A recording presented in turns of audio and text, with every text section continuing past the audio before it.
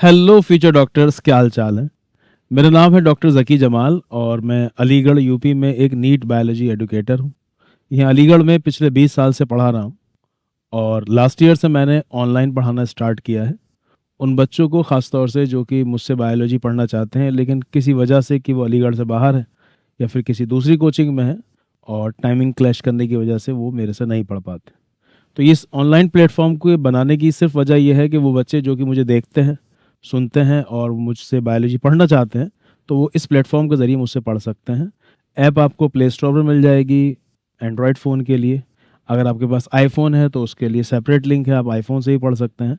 और अगर आप बड़ी स्क्रीन पर पढ़ना चाहते हैं, जो कि बेहतर ऑप्शन रहता है बच्चे की समझने के लिए, तो लैपटॉप के लिए भी यहाँ पर फैसिलिटी है, आप लैपटॉप पर भी इसको आसानी से पढ़ सकते हैं।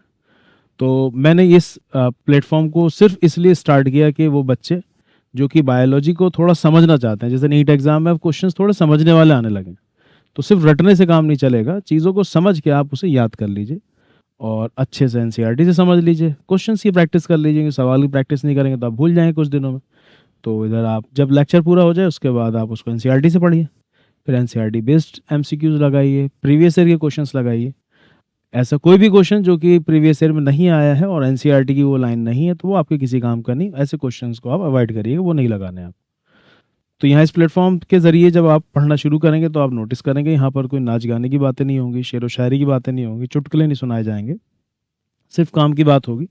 तो कोशिश करिएगा डेली आप एक वीडियो देख लें आधा एक घंटे की, और जितना आप वीडियो में सुने उतना आप फिर एनसीईआरटी से याद कर लें और इंशाल्लाह मैं आपका पूरा सब्जेक्ट तैयार करा दूँगा। तो बिना किसी देरी के स्टार्ट करते हैं अपना पहला चैप्टर, ह्यूमन रिप्रोडक्शन। स्टार्टिंग में एनसीईआरटी बताया गया है कि human beings are sexually reproducing and viviparous. Sexually reproducing मतलब कि वो सेक्सुअल रिप्रोडक्शन करते हैं, विविपेरस यानी कि वो बच्चे पैदा करते हैं। आपने सुना होगा कि जो रेप्टाइल्स हैं, बर्ड्स हैं, एम्फीबियंस हैं, ये अंडे देते हैं, तो जो अंडे देते हैं वो कहलाते हैं ओविपेरस। इंसानों के यहाँ बच्चे पैदा होते हैं तो ये कहलाते हैं विविपेरस। फिर आगे एनसीईआरटी समझाया गया है कि the reproductive events in human being includes gametogenesis, insemination और फर्टिलाइजेशन। तो रिप्रोडक्शन से मुतालिक जो चीज़ें इंसानों में होती हैं उसमें पहला नाम है गैमेटोजेनेसिस यानी फॉर्मेशन ऑफ गैमीट्स। तो यहाँ बात हो रही है formation of sperm in male and formation of ovum in female. उसके बाद क्या होगा कि फिर ये जो स्पर्म्स हैं इनका ट्रांसफर होगा फीमेल की बॉडी के अंदर सेक्शुअल इंटरकोर्स के जरिए। जब ट्रांसफर होता है सीमेन का into the female genital tract, ये इंसेमिनेशन कहलाता है। हालांकि एनसीईआरटी में वहाँ पर स्पर्म लिखा हुआ है क्योंकि चैप्टर की स्टार्टिंग है तो बच्चे को स्पर्म ही बोल दिया है कि 9th वो ये बात सुनता है कि मेल गैमीट का नाम स्पर्म है। हालांकि जिस तरीके से ब्लड के अंदर दो चीज़ें होती हैं, ब्लड सेल्स और इसके अलावा लिक्विड वाला पार्ट ब्लड प्लाज्मा, ऐसे ही सेक्सुअल इंटरकोर्स के लास्ट में जब पेनिस से व्हाइटिश फ्लूइड बाहर निकलता है वो सीमेन कहलाता है। उसमें भी सेल्स होते हैं स्पर्म्स और लिक्विड होता है जिसे बोला जाता है सेमेनल प्लाज्मा। तो स्पर्म्स और सेमेनल प्लाज्मा को मिला के बोला जाता है सीमेन। तो the transfer of semen into the female genital tract is known as insemination.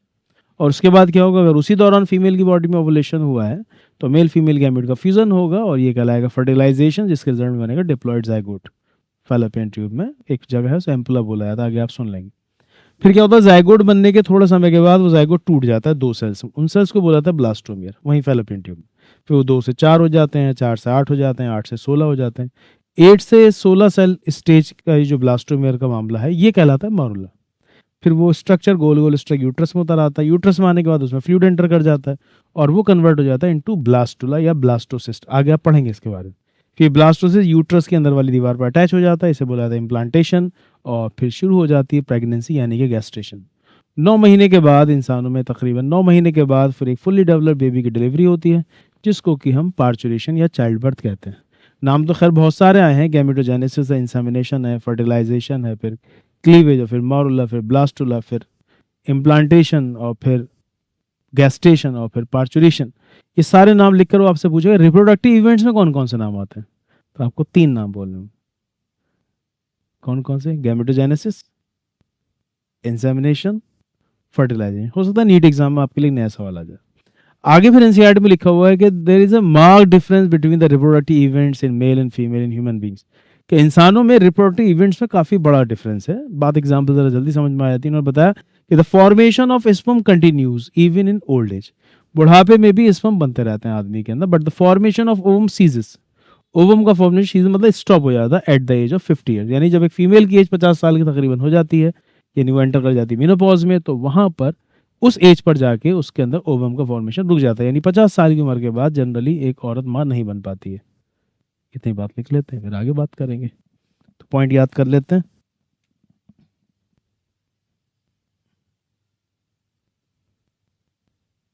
Human beings are sexually reproducing and viviparous। Viviparous मतलब कि वो बच्चे पैदा करता है, विविपेरस लिख देते हैं, मतलब कि that is they produce live young ones.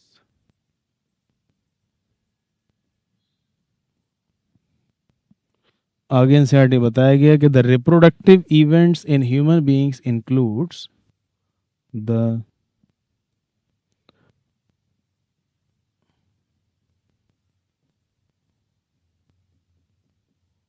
reproductive events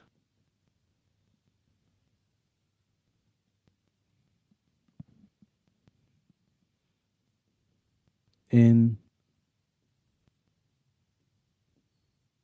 human beings include, नाम याद कर लेते हैं, गैमेटोजेनेसिस,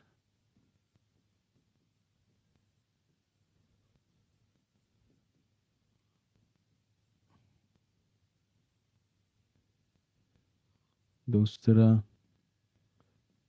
इंसेमिनेशन,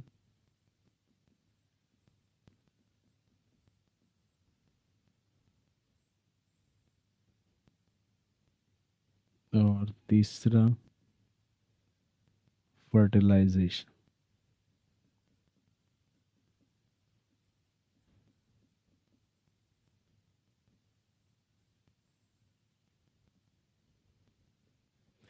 गैमेटोजेनेसिस कहने का मतलब है that is formation of gametes, formation of gametes, और हम कह सकते हैं sperm in males and ovum in females. ठीक है। दूसरा इंसेमिनेशन, इस पर सवाल भी आ चुका है नीट में। इंसेमिनेशन का मतलब क्या होता है कि the transfer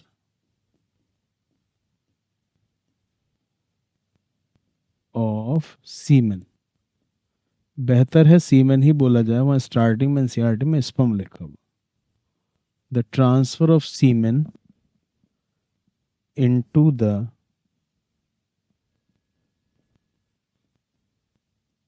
female genital tract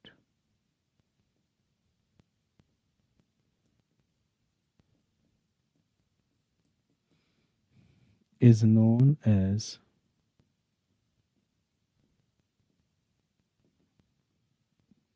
insemination।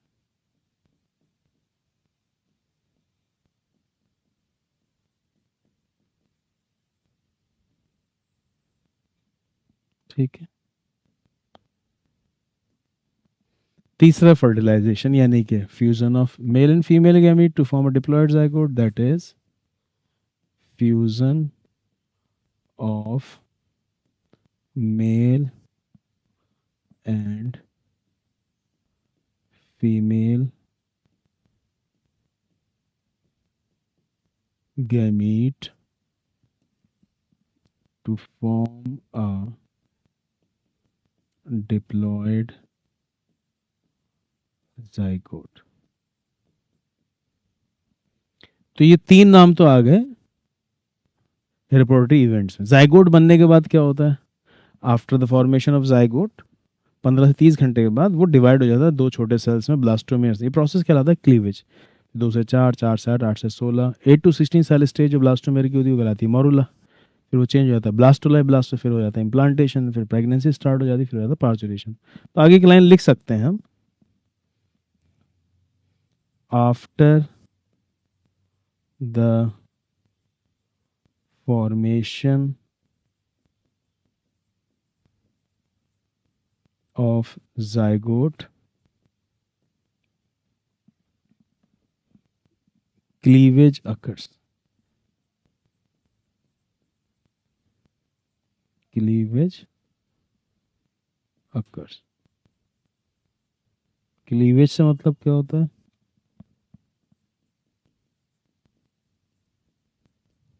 That is a splitting of zygote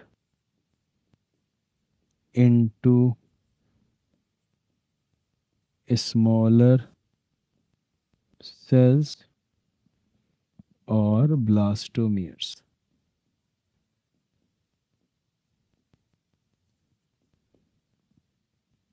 cleavage के बाद क्या होगा? मॉरुला बनेगा। द 8 to 16 celled stage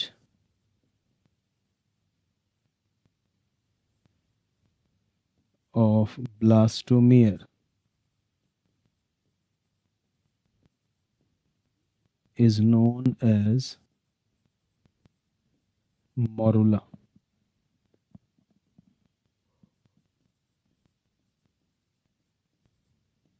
मॉरुला फिर यूट्रस में उतर जाता है। मॉरुला then enters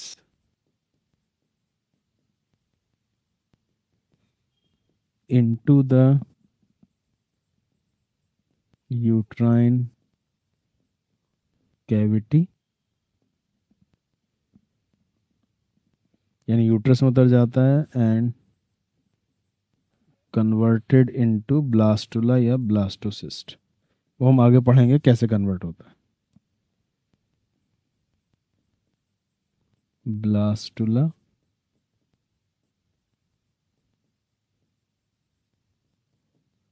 ब्लास्टोसिस्ट। उसके बाद क्या होता है, वो यूट्रस में आके चिपक जाता है सबसे अंदर वाली लेयर में। The attachment of blastocyst into the inner wall of uterus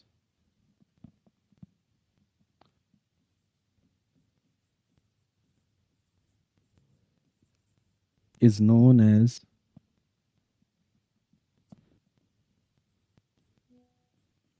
implantation.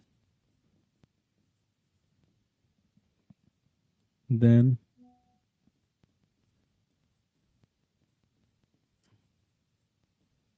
pregnancy or gestation starts after about 9 months. The birth of a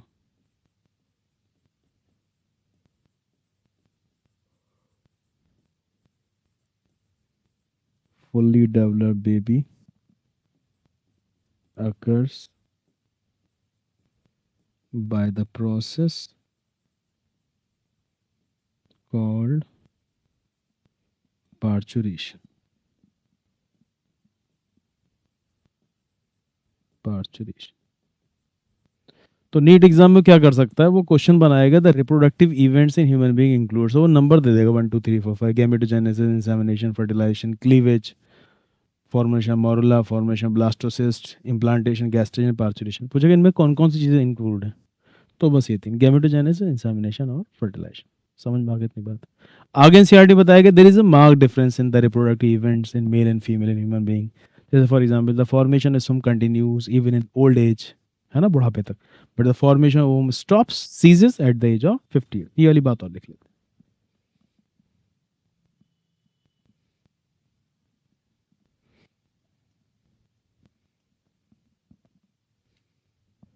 next point कि there is a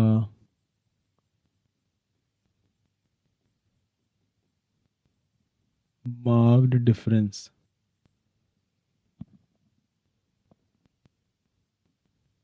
in the reproductive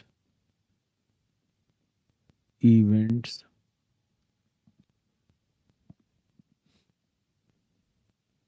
in males and females in human beings.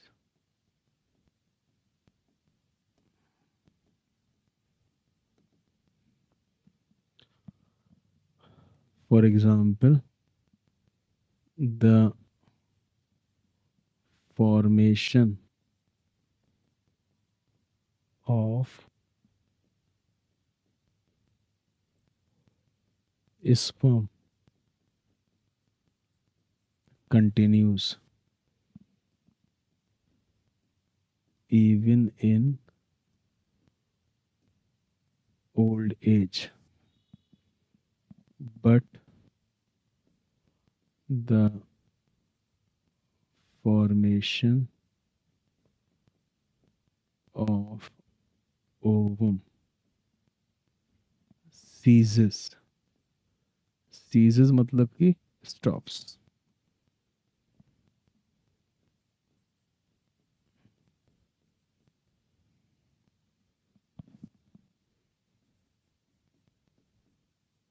At the age of 50 years,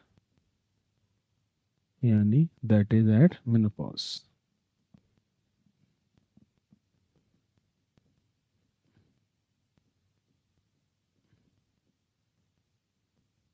ठीक है, तो formation of Om continue रहता है even in old age, but the formation of ovum ceases at the age of 50 years. इस chapter में हमें पढ़ना है मेल रिप्रोडक्टिव सिस्टम के बारे में, उसके साथ साथ हम उसके अंदर स्पर्म का स्ट्रक्चर पढ़ेंगे, स्पर्मेटोजेनेसिस पढ़ेंगे, इसका हार्मोन कंट्रोल पढ़ेंगे मेल रिप्रोडक्टिव सिस्टम का, फीमेल रिप्रोडक्टिव सिस्टम पढ़ेंगे, और इसके अलावा मेमरी ग्लैंड्स पढ़ेंगे, oogenesis पढ़ेंगे, मेंस्ट्रुअल साइकिल पढ़ेंगे, और फिर कैसे फर्टिलाइजेशन होता है उस चीज़ को डिटेल में समझेंगे। उसके बाद में लास्ट में पूरा एम्ब्रियोनिक डेवलपमेंट, बच्चे का कैसे डेवलपमेंट होता है, कितने महीने की प्रेगनेंसी पर बच्चे की बॉडी का कौन सा पार्ट बन जाता है, ये सब है इस चैप्टर के अंदर। तो वन बाय वन चीज़ों को समझेंगे, इंशाल्लाह बात आपको सारी समझ में आएगी। तो पहला टॉपिक ले लेते हैं इसके अंदर, मेल रिप्रोडक्टिव सिस्टम। जैसे कि हमें ये बात मालूम है कि हमारा जो रिप्रोडक्टिव सिस्टम है वो यहाँ पेल्विस रीजन में मौजूद है। 11th में आपने सुना होगा, जो हिप बोन है, दो कॉक्सल बोन होती हैं, उनसे मिलकर बनता है पेल्विस, उसी रीजन में मौजूद है। एनसीईआरटी में यही लिखा हुआ है कि the male reproductive system is located in is present in pelvis region and includes a pair of testis. इसके अलावा मेल एसेसरी डक्ट्स, अब आपको नाम याद करने होंगे, मेल एसेसरी डक्ट का मतलब क्या क्या चीज़ें आ जाती हैं, मेल एसेसरी ग्लैंड्स, इनके नाम याद करने होंगे, एंड एक्सटर्नल जेनिटेलिया। मैं एक डायग्राम बना के पहले चीज़ों को आपको समझा दूंगा, फिर उसके बाद हम धीरे धीरे एक एक टॉपिक को पढ़ेंगे। ठीक है, पहला टॉपिक हम ले लेते हैं, male reproductive system.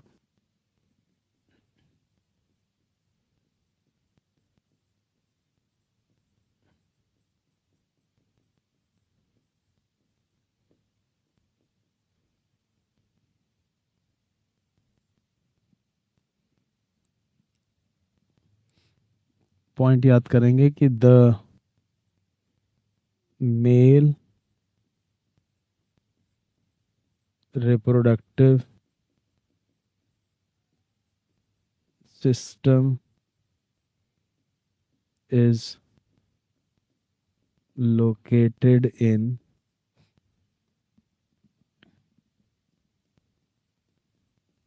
pelvis region। कहाँ प्रेजेंट होता है, पेल्विस रीजन। नेक्स्ट नाम याद कर लेते हैं, इसमें क्या क्या आ जाता है। The male reproductive system includes, क्या क्या चीज़ आ जाती है इसमें? अ पेयर ऑफ टेस्टिस, ठीक है। इसके अलावा मेल, मैं डायग्राम में दिखा भी दूंगा इस, है ना। अब ये सब नाम देख लीजिए। मेल एसेसरी डक्ट्स, मेल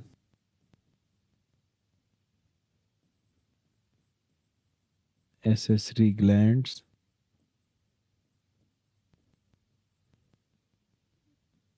और मेल एक्सटर्नल जेनाइटेलिया, ठीक है। मेल एसेसरी डक्ट्स में वो नाम पूछ सकता है आपसे, मेल एसेसरी डक्ट में कौन कौन से नाम आते हैं, तो आप याद कर लेंगे। मेल एसेसरी डक्ट का मतलब ये है दैट इज रेटेटेस्टिस। मैं डायग्राम में दिखा दूंगा, भी आप नाम याद कर लीजिए। वेजा इफ्रेंशिया,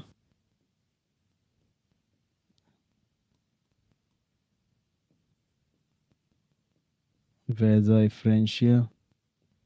इसके अलावा epididymis, epididymis and vas deferens, ठीक है। मेल एसेसरी ग्लैंड्स में भी तीन नाम आ जाते हैं, that is seminal vesicles, seminal vesicles, prostate and bulbourethral gland। bulbourethral gland को कॉपर्स ग्लैंड भी बोला जाता है, ठीक है। मेल एक्सटर्नल जेनिटेलिया, इसमें एनसीईआरटी में तो नाम दे रखा है पीनिस, लेकिन आपको मालूम है बाहर से स्क्रोटम भी नजर आता है, इसमें दो नाम याद कर लेते हैं, पीनिस एंड स्क्रोट।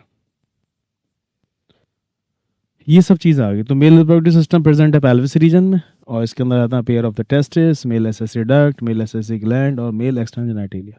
अब एक डायग्राम बना के मैं चीज़ों को दिखा देता हूँ, फिर हम वन बाय वन उसे याद कर लें, ठीक है। तो मैं डायग्राम बनाते समय थोड़ा स्पीड भी बढ़ा दूंगा, ताकि आपको ज़्यादा बोरियत ना हो, और फिर उसके अंदर हम काम की बातें पढ़ लें।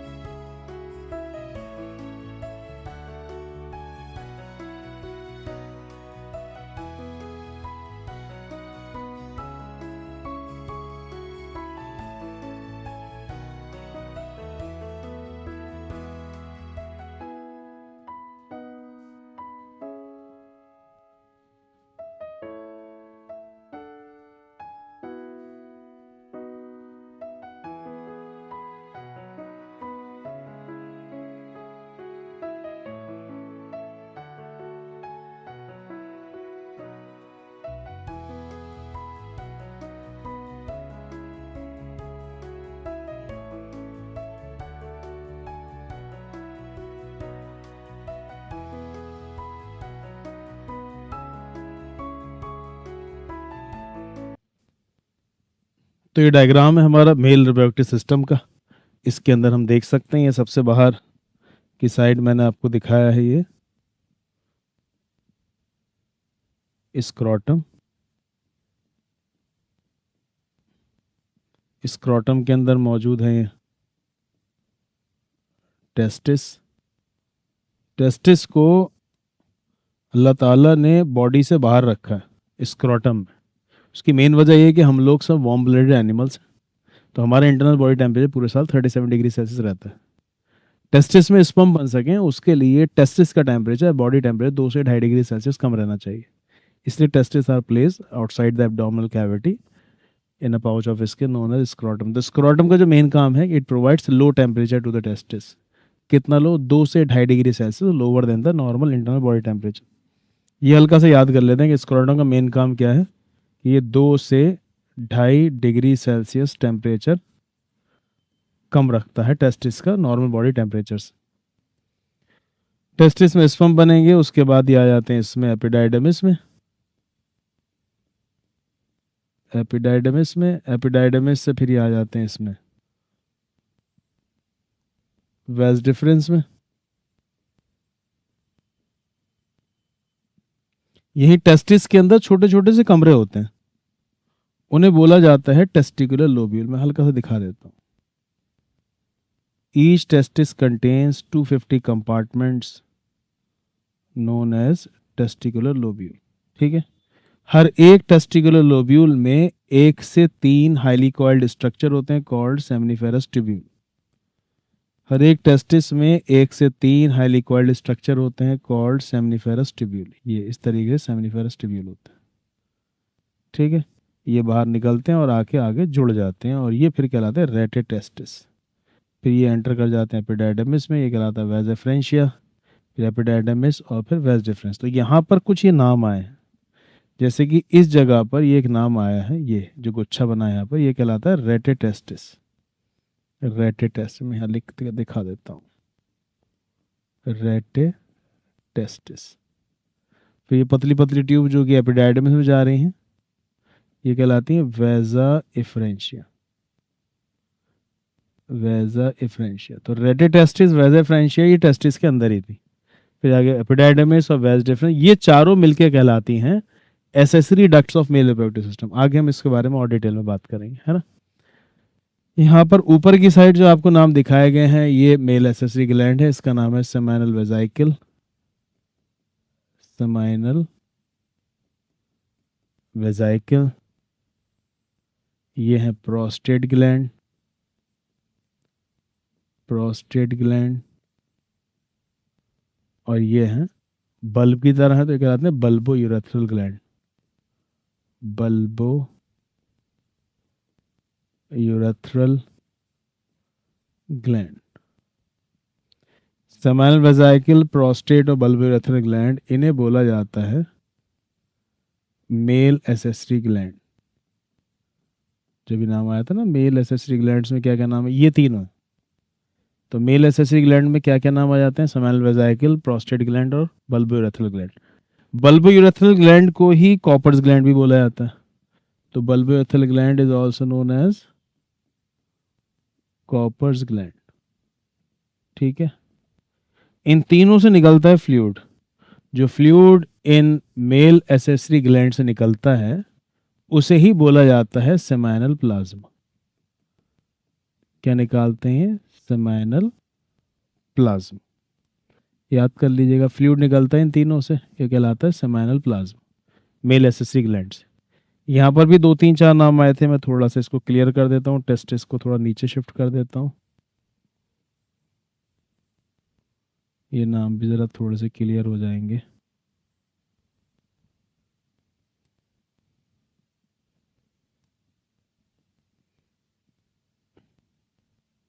ये मान लेते हैं, मैं इधर दिखाई है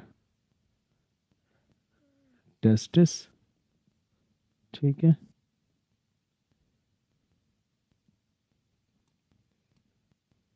और ये जो ग्रीन कलर से दिखाए हैं, रेटे टेस्टिस। उसके बाद ये आगे वेजा एफरेंशिया।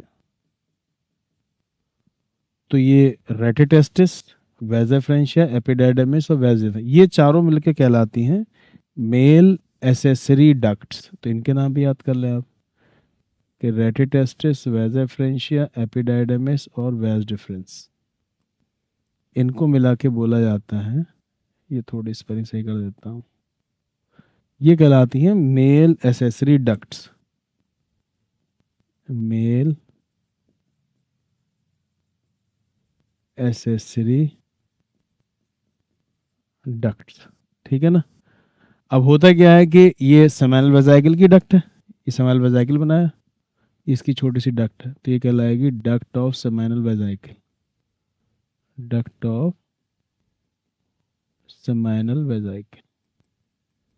ये जुड़ जाती है वेज डिफरेंस, वेज डिफरेंस, और मिलके बन जाती है इजैकुलेटरी डक्ट। अब क्योंकि दोनों तरफ मौजूद है तो इसको बोल देते हैं कॉमन इजैकुलेटरी डक्ट, ये कहलाती है फिर common ejaculatory duct, ejaculatory duct, ठीक है। फिर ये नीचे प्रोस्टेट ग्लैंड आ गया, उसके अंदर यूरेथ्रा कहलाता है, ये कॉपर्स ग्लैंड, इसके अंदर यूरेथ्रा, फिर ये शुरू होता है पीनिस, ये पीनिस है ना। ये पीनिस का जो लास्ट वाला चौड़ा पार्ट है ये कहलाता है ग्लैंस पीनिस, ग्लैंस पीनिस। इसके अंदर ये चारों तरफ इसके स्किन का फोल्ड है, ये कहलाता है फोर स्किन, फोर स्किन, या फिर इसको प्रीप्यूस भी बोलते हैं, प्रीप्यूस। अंदर ये यूरेथ्रा है, यूरेथ्रा का वो पार्ट जो कि मौजूद था इधर प्रोस्टेट ग्लैंड के अंदर, ये कहलाता है प्रोस्टेटिक यूरेथ्रा। पूछा नहीं जाता है, इतना इंपॉर्टेंट नहीं, इसलिए हाईलाइट नहीं कर रहे हैं। प्रोस्टेटिक यूरेथ्रा जो इस तरह कॉपर्स ग्लैंड के अंदर है ये कहलाता है मेम्ब्रेनस यूरेथ्रा,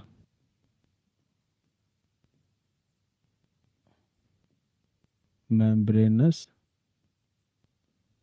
यूरेथ्रा। और इधर जो पीनिस के अंदर है ये कहलाता है पेनाइल यूरेथ्रा, ठीक है। तो प्रोस्टेट यूरेथ्रा, मेम्ब्रेनस यूरेथ्रा और पेनाइल यूरेथ्रा, तो ये तीनों मिला के मेल यूरेथ्रा बन जाता है, ये है मेल यूरेथ्रा,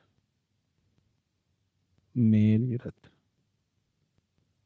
ठीक है। ये आगे स्किन का जो फोल्ड है ये प्रीप्यूज या फोर स्किन कहलाता है। मुस्लिम्स में, ज्यूज में से काट के निकाल देते हैं। Removal of prepuce is known as foreskin. एक सवाल यहाँ याद कर लेते हैं कि the removal of prepuce, the removal of foreskin is known as circumcision. क्या कहलाता है ये?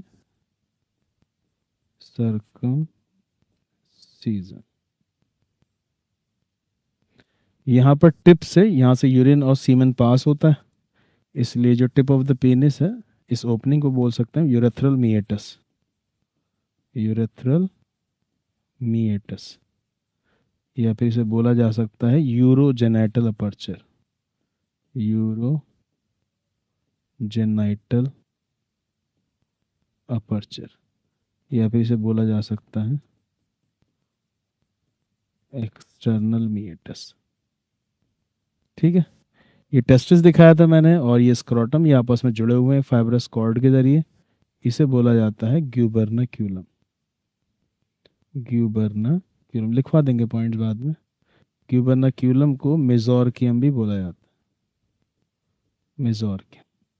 हर एक टेस्टिस में ब्लू कलर के छोटे छोटे से कमरे दिखाए थे, ये कहलाते हैं टेस्टिकुलर लोब्यूल। हर एक टेस्टिस में तकरीबन 250 कंपार्टमेंट होते हैं कॉल्ड टेस्टिकुलर लोब्यूल। तो आप याद कर लें टेस्टिकुलर लोब्यूल कितने होते हैं, ये होते हैं 250। हर एक टेस्टिकुलर लोब्यूल में 1 से 3 हाईली कॉइल्ड स्ट्रक्चर होते हैं कॉल्ड सेमनीफेरस ट्यूब्यूल। तो यहाँ ये जो लाइट ग्रीन कलर से दिखाए हैं ये है सेमनीफेरस ट्यूब्यूल। Seminiferous tubules. आगे से डिटेल में पढ़ लेंगे, तो छोटा सा डायग्राम बस ये समझाने के लिए बता दे रहा हूँ। जो सेमिनिफेरस ट्यूब्यूल हैं ये 1 से 3 होते हैं, हर एक टेस्टिकुलर लोब्यूल में 1 से 3 सेमिनिफेरस ट्यूब्यूल होते हैं। सेमिनिफेरस ट्यूब्यूल में अंदर की साइड 2 टाइप के सेल्स होते हैं। Seminiferous tubule are internally lined by 2 types of cells. एक है उनमें मेल जर्म सेल्स, यही अंदर से 2 टाइप के सेल्स से बने होते हैं। अगले डायग्राम में साफ साफ दिखा देंगे। मेल जर्म सेल्स और दूसरे हैं सर्टोली सेल्स। सर्टोली सेल्स, यही मेल जर्म सेल्स मियोसिस के बाद कन्वर्ट हो जाते हैं स्पर्म्स। किस में कन्वर्ट हो जाते हैं? स्पर्म्स। ठीक है ना। मेल जर्म सेल्स को एनसीईआरटी में आगे स्पर्मेटोगोनिया भी लिखा गया है। पूरी बात स्पर्मेटोजेनेसिस में आप समझ जाएंगे। जब स्पर्म बनते हैं तो ये जो सर्टोली सेल्स हैं ये डेवलपिंग स्पर्म्स को नरिशमेंट प्रोवाइड करते हैं। इनका काम होता है नरिशमेंट देने का, नरिशमेंट प्रोवाइड करने। तो 2 तरीके के सेल्स हैं सेमिनिफेरस ट्यूब्यूल में। कौन कौन से सेल्स हैं? तो आप नाम याद कर लेंगे कि seminiferous tubules are internally lined by 2 types of cells, male germ cells या स्पर्मेटोगोनिया और दूसरे सर्टोली सेल्स। टेस्टिकुलर लोब्यूल के बाहर जो जगह मौजूद है वहाँ भी सेल्स मौजूद होते हैं। जो सेल्स बाहर की साइड मौजूद होते हैं यहाँ पर, उनका नाम है लेडिक सेल्स। यहाँ कौन से सेल्स हैं? Leydig cells. दूसरी साइड दिखा देता हूँ। इंटरस्टिशियल स्पेस में भी सेल्स मौजूद हैं, इन्हें बोला जाता है लेडिक सेल्स। लेडिक सेल्स यहाँ मौजूद, इनका काम होता है synthesis and secretion of androgen. इसके अलावा कुछ और दूसरे सेल्स भी यहाँ मौजूद होते हैं, उनका नाम है इम्यूनोलॉजिकली कॉम्पिटेंट सेल्स। इम्यूनोलॉजिकली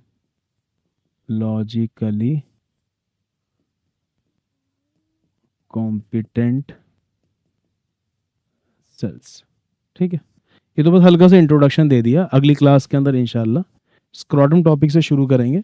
पहला टॉपिक रखेंगे अपना स्क्रोटम, स्क्रोटम के बाद फिर टेस्टिस, फिर एपिडाइडमिस, फिर वेस डिफरेंस, और फिर इसके बाद मेल एसेसरी ग्लैंड, और फिर ये यूरेथ्रा, और फिर पेनिस। ठीक है ना। तो जल्दी मिलता है अगली वीडियो में, तब तक के लिए बेस्ट ऑफ लक।